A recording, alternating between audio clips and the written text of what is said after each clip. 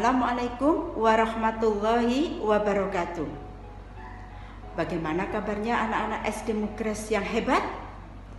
Alhamdulillah, semoga kalian selalu dalam keadaan sehat walafiat. Tetap menjaga protokol kesehatan. Anak-anak, tentunya kalian sudah tak sabar lagi untuk belajar tema 2 dan kalian sudah mempersiapkan buku tema 2, selalu berhemat energi. Anak-anakku yang hebat, pernahkah kalian membaca cerpen, cerita pendek? Dan pernahkah kalian menghitung berapa paragraf dalam cerita pendek itu? Oke. Hari ini kita masih tetap belajar tentang gagasan pokok dan gagasan pendukung. Selain gagasan pokok dan gagasan pendukung, kita juga akan belajar tentang paragraf deduktif dan paragraf induktif. Kira-kira apa ya itu? Nah, nanti anak-anak menyimak video mulai dari awal sampai akhir, sehingga kalian bisa paham apa itu gagasan pokok, gagasan pendukung, paragraf induktif, paragraf deduktif. Oke? Sebelum pembelajaran ini kita mulai, marilah kita berdoa terlebih dahulu. Bismillahirrahmanirrahim. Rabbi zidni ilma warzuqni fahma. Amin. Yuk, kita simak video berikut ini tentang gagasan pokok dan gagasan pendukung.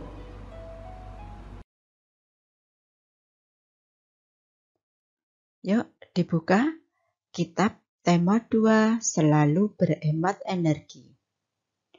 Subtema 1, sumber energi. Mata pelajaran Bahasa Indonesia, materi yang kita pelajari hari ini gagasan pokok dan gagasan pendukung.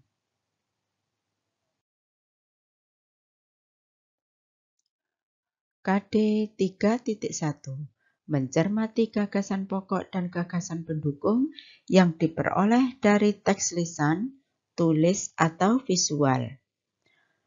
Tujuan pembelajarannya adalah 1. Siswa mampu menuliskan gagasan pokok dan gagasan pendukung dari teks visual yang diamati dengan terperinci.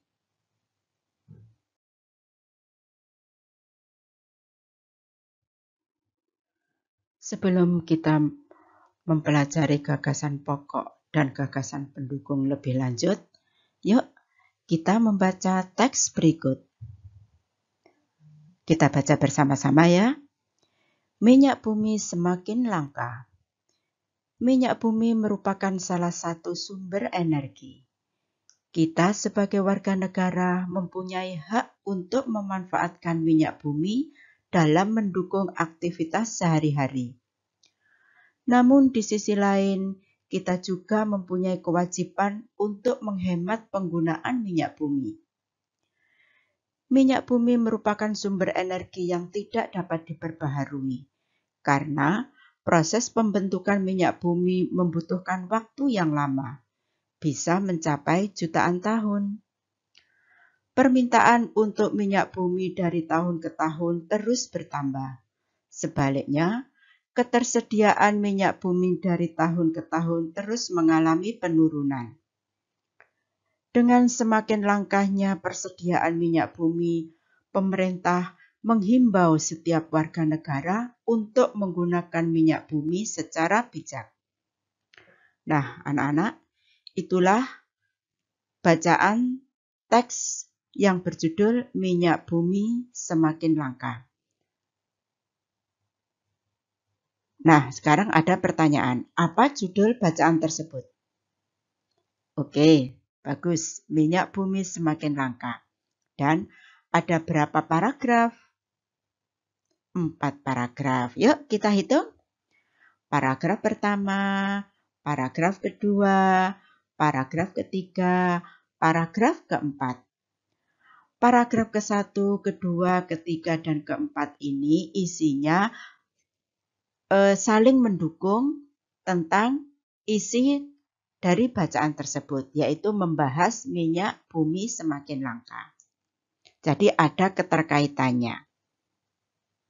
Bagaimana kita menulis paragraf itu? Menulis paragraf baru harus ditulis menjorok ke dalam. Nah, seperti terlihat tanda panah tersebut.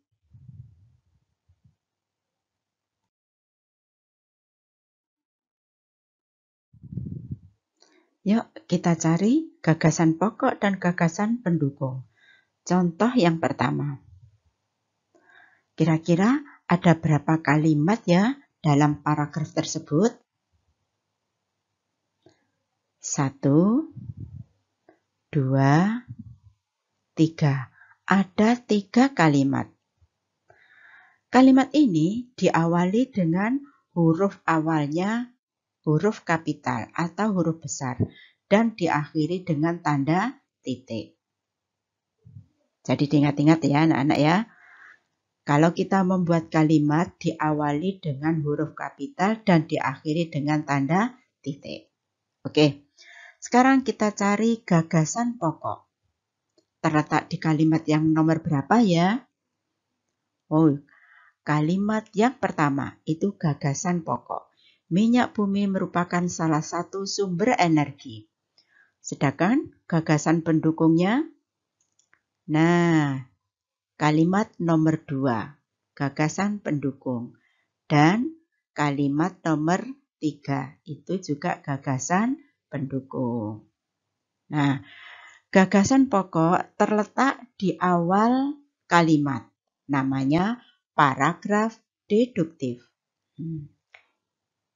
Jadi, setiap paragraf terdiri dari satu gagasan pokok dan beberapa gagasan pendukung.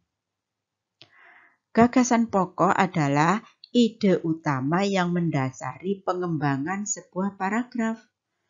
Sedangkan gagasan pendukung, tambahan informasi untuk mendukung gagasan pokok. Paragraf deduktif, yaitu gagasan pokok terletak pada awal kalimat. Nah, kita lanjut ya.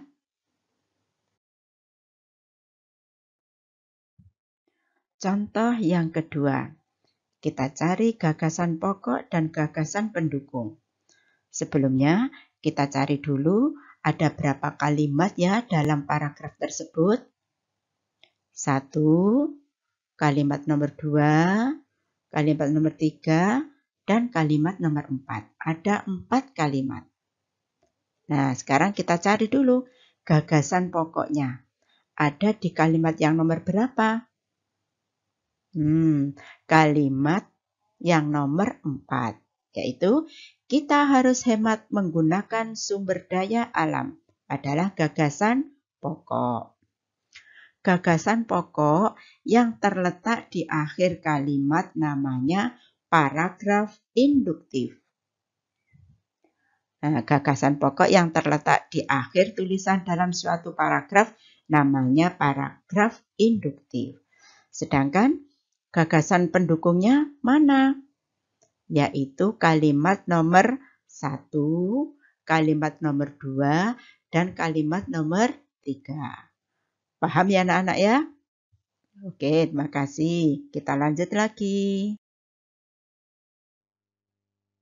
Nah, anak-anak, mari kita cari gagasan pokok dan gagasan pendukung pada paragraf di bawah ini. Sebelumnya kita cari dulu gagasan pokok. Kira-kira terletak pada kalimat yang nomor berapa? Oke. Terletak pada kalimat yang nomor 1. Air merupakan salah satu sumber energi.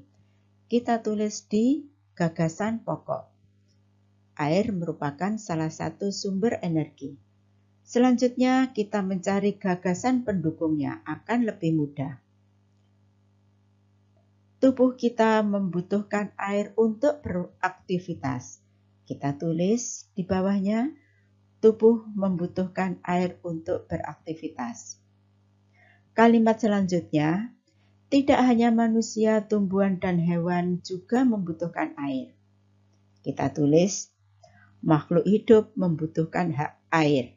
Makhluk hidup itu terdiri dari manusia, tumbuhan, dan hewan. Selanjutnya, selain diminum, air juga kita gunakan untuk memasak, mencuci, mandi, dan lain-lain. Kita tulis di bawahnya, kegunaan air selain untuk diminum. Nah, itulah anak-anak caranya mencari gagasan pokok dan gagasan pendukung. Mudah bukan?